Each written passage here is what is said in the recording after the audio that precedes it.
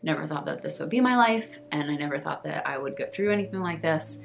And I probably would not understand if somebody told me that they held their dead baby for 3 days. So, this is my story about having my son after he died for 3 days.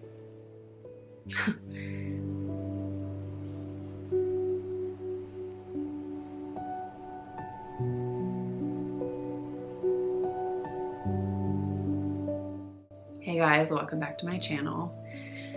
So this is the video. I have tried recording it several times. I have recorded it several times. I've deleted it. I have been putting it off, honestly, for like a 1.5 years. I've been wanting to record this video. And I was asking myself before I hit record just now, like, why has it been so hard to share this? Because I've shared this story like verbally, one-on-one with people before. And I think part of it is just because it's so important to me. Like, this is such an important video to me that it's made, because I feel like the topic is so taboo. I experienced some things that felt taboo, which I will share with you. But I think just in general, like, people don't know how to handle stillbirths. They don't know how to handle loss in general. Definitely, like, back in the day, like my parents' age and before that, when they had stillborns, it often wasn't talked about. I know from our funeral director, he said that the father was kind of expected to bury the baby before the mother even got out of the hospital. Sometimes a lot of mothers weren't even able to hold their baby. They weren't allowed to see their baby. So yeah, I think we've come a long way, and my hope and my intention with this video, why I want to record it so badly, and I have this pressure on myself to like convey the message correctly. Two things is that, one, families that have been through this, that find this channel or this video, maybe feel a little bit more normal. I've talked to so many families through social media and through my nonprofit for loss that feel the exact same way that I do about the time that they've spent with their baby or didn't get to spend with their baby. Clark and I were not on the same page about this while we were in the hospital, so I'm going to share that. So I want people to feel like, you know, there is no right or wrong, but if you felt like how I felt, yeah, just that there's like some normalcy there. And then probably just as importantly for society to just understand the situation a little bit better. Never thought that this would be my life, and I never thought that I would go through anything like this. And I probably would not understand if somebody told me that they held their dead baby for 3 days. So this is my story about having my son after he died for 3 days. If you haven't watched my first like popular video here on YouTube, it was my stillbirth story. It was more my terminal pregnancy story. And you talk a little bit about the birth. I'm going to go into more detail here. But to kind of catch you up, if you haven't watched that video, definitely go back and watch it. Back in 2018, my husband went through a reverse vasectomy, and we got pregnant almost right away with our son, Davin. And it was at the 16-week ultrasound when we found out that he was a boy, and also that he was very sick. He had a rare condition called cystic hygroma, which eventually led to hydrops. It's an issue with their lymphatic system, and most babies don't survive. So we carried him, prayed for a miracle that he would be that small percentage that did. But unfortunately, on August 1st, 2018, I didn't feel him moving a lot. I checked for his heartbeat, I couldn't find it. And then went to the hospital, and we confirmed on the ultrasound that he had passed. And in that video, I kind of just briefly mentioned that the next day, we went to the hospital, had him via C-section. I shared my whole C-section story recently. And I went over briefly like what happened in that hospital. So I want to kind of go through that story. Firstly, let me preface with, again, like, we knew the probability of him passing before birth was very high. So my time with my son, this whole experience was very specific to that. There are other families that were completely blindsided, and so their experience in the hospital with their baby would be very different, just as much as if your spouse died of cancer versus a car accident. Still a loss, but I feel like there's like a different, and everybody processes differently. And like I said, Clark and I handled this situation differently. Also, the amount of time that people choose to spend with their baby depends on two things: whether they have access to a cooling device like a Cuddle Cot, which I'll talk about in a minute, or even to like when the baby passed away, they might choose not to see the baby, or just spend less time with them. Even like the gestation of the baby, how big the baby was, might determine, again, like for lack of a better term, just like how quickly the baby deteriorates and how much time they want to spend with them. So as you know by the title of this video, I spent 3 days with my son. I actually could have had 4. So let me tell you about the Cuddle Cot real quick, like why this was possible. Because when we went into the hospital, again, we knew that he had passed away the day before. I just kind of assumed that I was going to be allowed a few hours with him. So when we got into surgery and my nurse was in there asking about like how I wanted him swaddled and everything, I asked, how long will we get to have with him? And she said, oh, you can have him as long as you're here. And I knew because I was having a C-section, that was up to a 4-day stay. And I was like, what? And Clark was like, what? So again, I'll get to that. So I had no idea. I'd never heard about a Cuddle Cot before. I think some people have heard about them now that are outside of the lost world, because there was an episode on a popular show on, I think, NBC called New Amsterdam.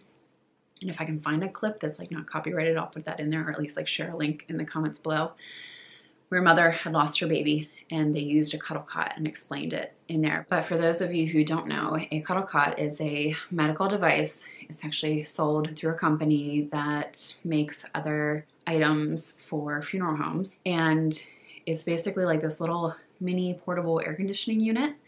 It has a hose and then a little mat that goes inside of the bassinet that the baby would be laying in after they pass, and it cools the bassinet, just kind of like when we send people to a morgue. It cools the body and it preserves the body so that it can offer more time for the family to spend with them. And again, for anybody that thinks this like sounds crazy or taboo, like this is a $3,000 medical device.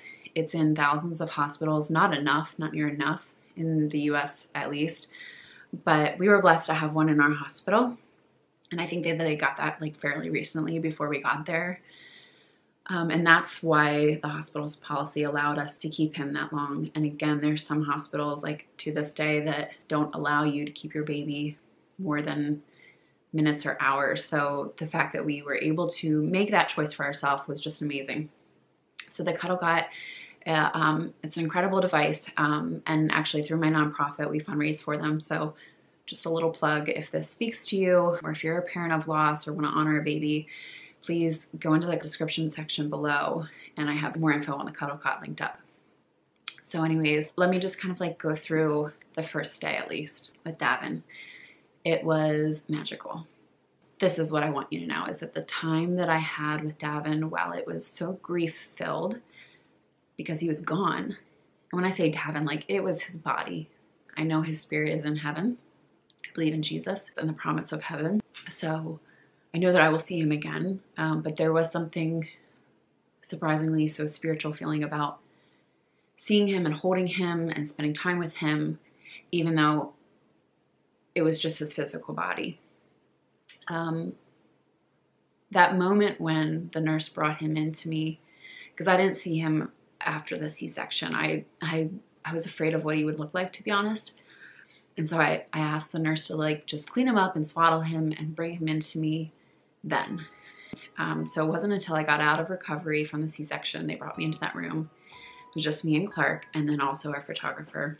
And I think another important thing that I want to convey to you watching this is that even though my baby was dead, it was still my child.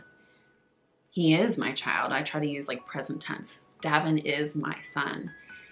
And while I've missed out on so much over the last 1.5 years with him, in that moment, I gave birth. Like, I feel like I went through a full pregnancy and a full birth. And I did.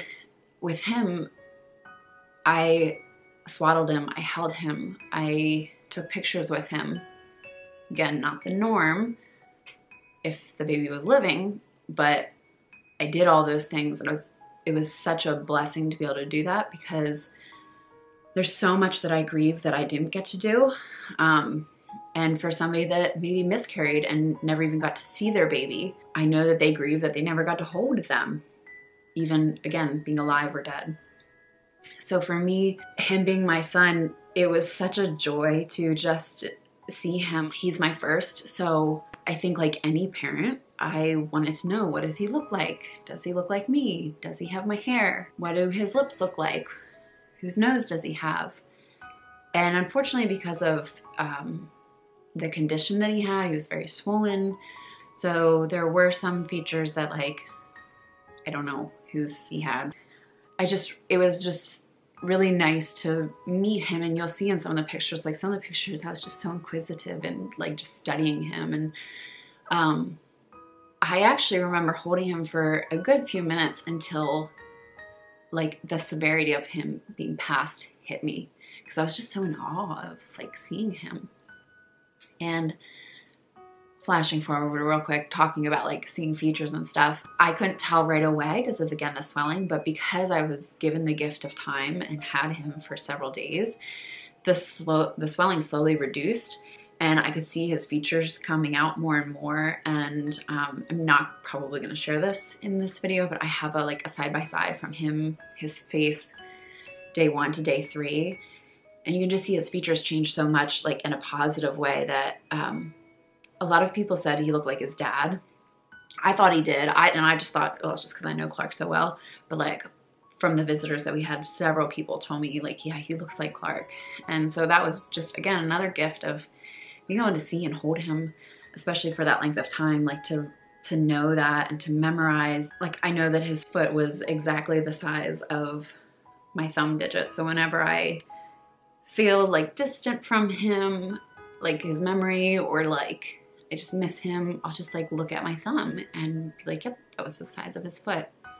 Or have this awesome picture from the photographer of me holding, his hands were so tiny, I just like basically used my 2 fingers to kind of hold his hand, and so I can look at my fingers and like remember exactly how big his, or how tiny his little hand was.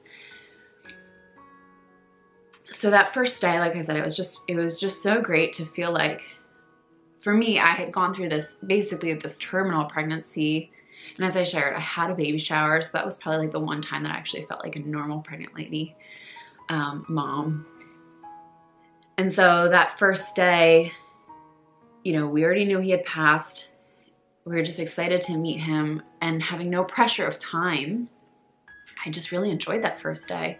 I also felt good too. Like, I wasn't on any kind of heavy narcotics, but I didn't have any pain from the surgery yet or anything. So yeah, overall, it was just a great day to hold him and memorize his little features and take pictures with him and of him. And we did invite people to come over, basically immediate family and a few friends.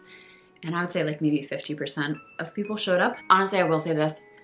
Number one, if we had not had the Cuddle Cot or had been allowed that long of a time, I probably wouldn't have had anybody come. I would have wanted to like soak up every minute by myself and with Clark. So we didn't invite people initially, but we did after the fact, after he was born, knowing that we would have that time. And I hold like no ill feelings towards anybody that didn't come that were invited. I feel like kind of like a funeral. Some people need that for closure. Some people really wanted to be there and meet him and see him.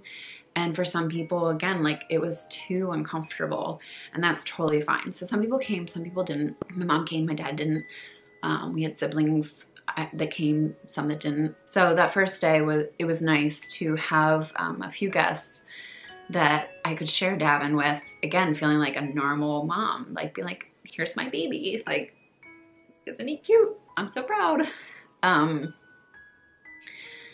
And it was really nice too to see the people, again, that were willing or actually wanted to be part of that, to be so happy to be there and to see him and to hold him. My sister is just like me. Like, she came right in and she like wanted to take his diaper off and like look at every piece part and like just totally examine him. She started unwrapping the swaddle right away. And that meant a lot to me. Just, I felt like you care. And then like my brother-in-law, he, really pushed himself to be there. He I could tell it was very uncomfortable having Davin in the room at that time. I wasn't holding him, I don't think. I think he was in the bassinet off to the side. And yeah, it just meant a lot to me that like, even though he was uncomfortable, he still came. And then I had my cousin FaceTime me. She lives in Florida. And I felt too, and this is one of the reasons I don't share a lot of my pictures of him publicly, and I know a lot of other parents of loss can relate to this. If you are not used to seeing babies that have passed away at any gestation, it might be a little bit shocking. Number one, like Davin, his like normal tan looking skin, whatever that's called, was still forming. So he had kind of like peeling skin, and otherwise he was pretty red.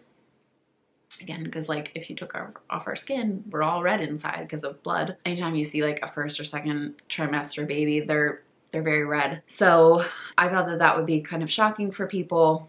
And also too, like his swelling kind of just made him look chubby in a lot of areas. Like his cheeks were super chubby, and his fingers. His forehead from the hygroma was very swollen in the beginning. Like I said, that got better. So like when my cousin FaceTimed, I kind of like forewarned her, like, I'd like to show him to you, but just so you know, like he's really red. He has some peeling skin. He's really tiny. He was only like, I don't know, on the birth certificate it said 14 inches. It wasn't 14. He was more like 11 inches. So he was really tiny. But again, like she was like, I want to see him. So I like flipped the camera around, and she said he was beautiful. So it was just really nice to hear that from her. So that whole day was just meeting him and sharing him with others. And then the second day was hell. Again, partly because of the C-section. The pain started to hit in, and I think at that point I still had not eaten any solid food. I mean, really anything. So the second day was mainly difficult because of Clark. And I love you, babe. But I feel like, again, this is like an important message for the world. Everybody processes things differently. Clark's never been a go to the funeral and approach the open casket kind of person. He doesn't do well with blood. So like he was already like really freaked out from having the C-section surgery. Not that he saw blood, but like knowing that what was going on and stuff. So I believe it started on the first day. He started asking me like, well, when do we want to say our goodbyes to Davin? And I said, I don't know, I guess tomorrow, which would mean the second day. So the second day came. It was kind of like a combination of things. One was he, again, like that morning. So when do you want to say goodbye to Davin? I was like, I don't know, I guess today. I wouldn't have said today, but I felt like that's what he wanted me to say. And he had the number, like the personal number for the funeral director through business. He knew him through something. So he's like calling this guy saying, you know, explaining the situation. And the funeral director's like, oh, I'm going to be in the hospital. My granddaughter was just born, so I'll just stop one in. Okay. Well, he came in, and also too, like, I had no idea what I wanted to do with Davin. I didn't know if I wanted to bury him. I didn't know if I wanted to have a memorial service. So I said to Clark at one point, like, let's just have him cremated, and then that way we can decide later, because I can't make this decision right now. Like, I didn't want to pick out an urn. I literally just wanted to pay for cremation, have that done, and that was it. So at one point, it was like the funeral director came in to talk to us about that, and the urn topic started coming up. And Clark's trying to be like nice and professional with this guy and like entertaining the topic, and I'm like, we're wasting my time here. I don't want to talk about this. Meanwhile, the grief counselor had like given me space the first day, so she's stopping in frequently, and then doctors and nurses are coming in to check on me, and we had guests that had come the first day, come again the second day. So literally at one point, I had probably 10 people in this tiny little hospital room.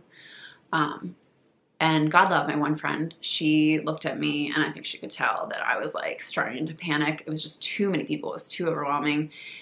And she was like, okay, well, I think that we should all clear out. So she left, at least. And then somehow the funeral director got the point that like, now is not a good time.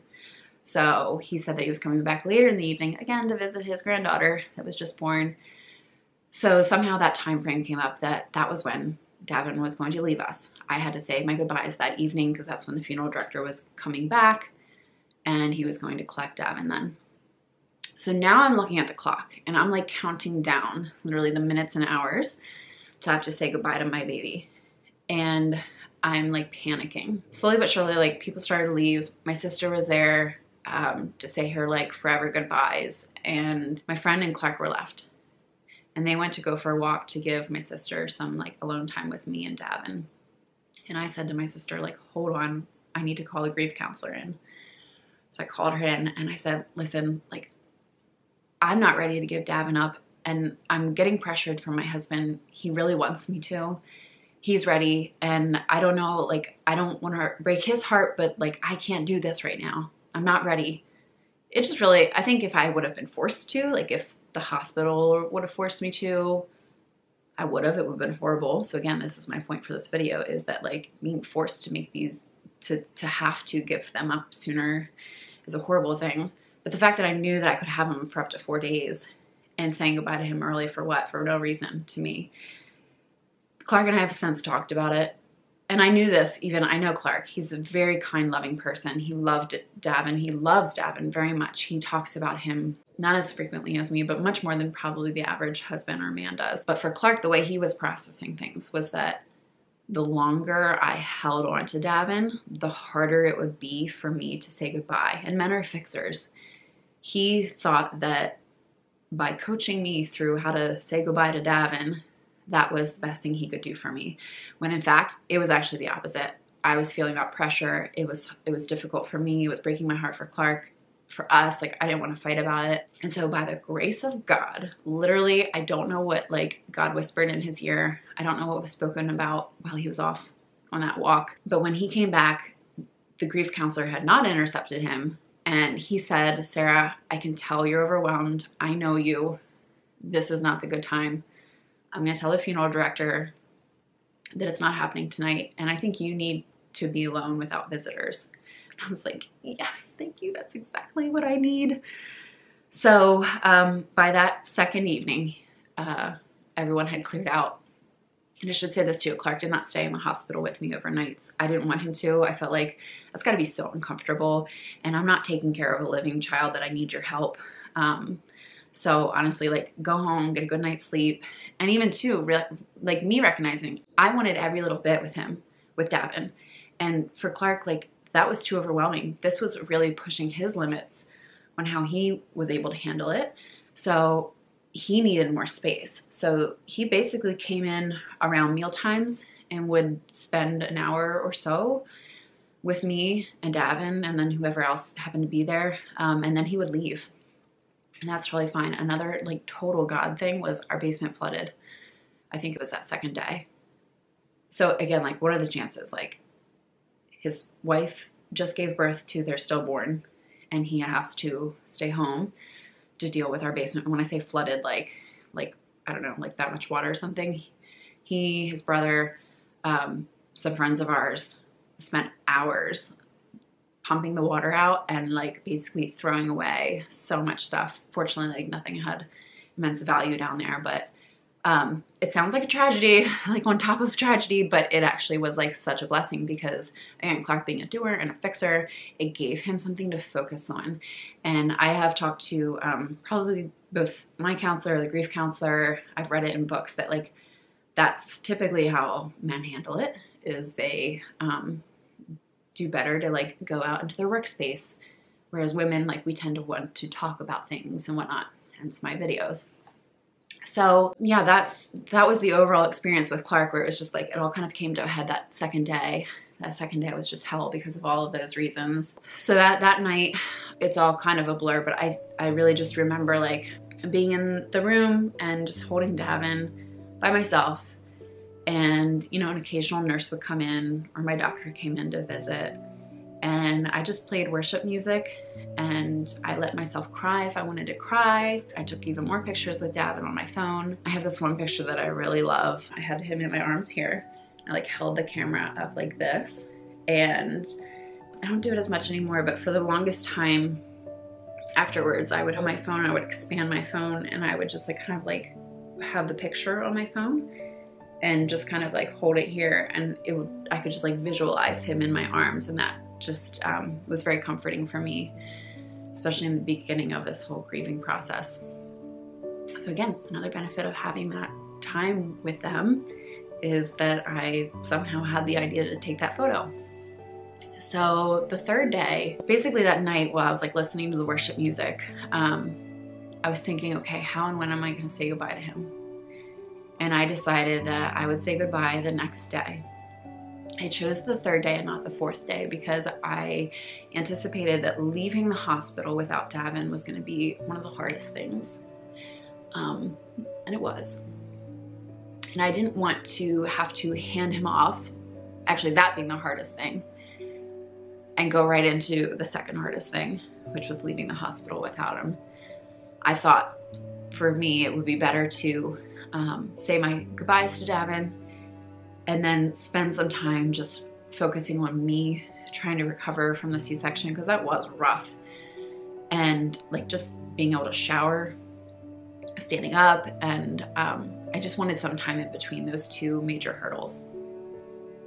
So I let Clark know that was my plan, is I just wanted to spend the morning by myself again with Davin, and that third day by dinner time, how about Clark come in, we'll have dinner together, we'll take some few last photos together, and then we will say our goodbyes, and then that way I'm with you, we'll be there together, and I'll have like my first evening without him, be in the hospital before I face the reality of home. And then again, going home, I'll have already said goodbye. So that all kind of worked out as best as it could. Also too, like just having that time, that dinner time on my clock, and whereas when I was being pressured for a certain time, it felt like I was like grasping for air. Whereas this, it felt like because it was my choice, I felt like, I don't know, it just didn't feel like there wasn't near as much anxiety about it because it was my choice. When Clark came in that evening, that third day, I had a special swaddle that I had bought, and that little white hat. I just wanted him to look like an angel. They initially like put it on him in the beginning, but just with him being so swollen and everything, I had to change his blankets a lot. So for the most part during his stay, he just wore like the traditional hat from the hospital and swaddle from the hospital. So I thought, okay, this is like my last chance to have him swaddled in this. So I took off his swaddle and I put the white one on. And then this was like the last gift that I got from my experience, was when I was first handed Davin in the beginning on the first day on his birthday. I peeked like under his hat to see if he had hair, and I didn't see anything. And I asked, and they're like, no, he doesn't have any hair yet. So I just kind of like took their word for it. I never actually changed that hat. Just again, with his swelling and him being more delicate, I felt that it was best to leave the hat on, and I would just put like a fresh hat over top. Again, we're talking hospital hat. So that very last moment that I had him, I thought, okay, I'm gonna change this hat for good. It's been on him for 2 or 3 days. So when I took the hat off, I saw this little patch of dark hair. And, you know, he looked like his dad, but he had my hair, and it was just starting. Like, it wasn't enough to like take a curl from or anything, but that just, it's the little things like that when you lose a baby that it just meant so much to me to see. I hated that I don't know his eye color. I just tell myself it's blue because that's Clark's eyes. So I pictured him blue-eyed with brown hair. But yeah, so that was really sweet. And then I put his fresh little white hat on him. I swaddled him up. We took some pictures together. Then I asked the nurse to take him, basically. I don't think I said that. I think I said we're ready to say our goodbye. And so she left with him, and that was it. I later decided that that felt right for me. And the thought of having like a memorial service just felt like reopening that wound. It would have felt, yeah, there was nothing pleasant about the thought of having a memorial service. I didn't feel that that was needed. So we never ended up doing anything else after that. And that was like the right choice for us. Clark and I had dinner that evening. I'm sure he spent some time there. And then the next day was the last day. I just spent that morning taking a shower. It was really painful, like after the C-section. And every time I had to like do something painful, like go to the bathroom or like stand up in the shower or put clothes on, I just kept telling myself like, I'm doing it for Davin. I just wanted to get through it strongly. So I just kept using him as like my motivation.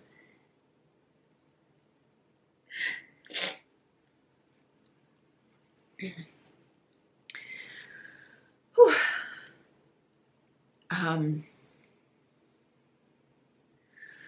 And then I went home, and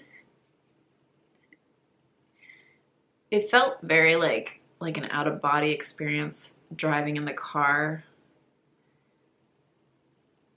about the same amount and feeling driving to the hospital. But I remember getting home and like having nothing else to do but to sit on the couch. So I remember just sitting down, and I said to Clark, like, now what? Like, we just go back to normal life? You don't at all. It was a process. I think I spent at least the first month or two basically laying around, either reading or watching TV. I like would pour myself into either like worship music or like just thinking about Davin. I created this whole playlist on my YouTube channel, which I'll share the link below. There's like 40 some songs, just like things that really made me feel connected to Davin. I had other moms that had recently experienced a loss that I was connecting with those first few months especially. Again, this video isn't about like the end, but I feel like, yeah, life was tough for a while there. And here I am, 19 months later, after losing Davin, and Jolie's gonna be born soon, our little rainbow baby. And she's kicking me as we speak. And time goes fast, and that was the one thing that I kept telling myself literally from the day we had Davin, is time goes so fast. I just kept reminding myself of that. It doesn't feel like that when you're in the middle of that grief. And it's just amazing how like when I really sit here and think about those moments with him, how like the feeling and the emotion can come back. But time does go so fast, and I just can't believe it's been this long already. So yeah, I'm probably gonna keep rambling at this point, but to kind of recap, I'm so glad that we had the Cuddle Cot. And if this is something that speaks to you and you want to donate, we're always fundraising. We've already placed one officially in a hospital. We're working on 2 more. They're both almost fully funded. And our goal through our nonprofit is just to continue to fundraise for those, always be donating them. I also am so proud of Clark and I, how we got through that really tough experience, not being on the same page, and we've come so much closer on the same page through the grieving together. I'm grateful for everybody that has supported us. We got so many amazing messages from people initially in the beginning, especially, and even to this day, like people still remember and think of Davin. And I think I've kind of like set a stage for like, it's okay, I want to talk about him, like talk to me about him kind of thing. So for all of you that are watching that know me personally, thank you so much for all the support. And for those of you that we only know each other through YouTube, I want you to know it does really touch my heart that you watch this video, that you like the video, that you share the video. It affirms my mama heart that like this story is important and everything that I've been sharing so far matters.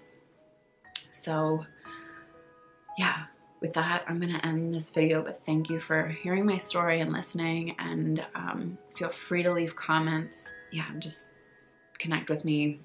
There's links below. Thank you for watching, and I'll see you in the next video.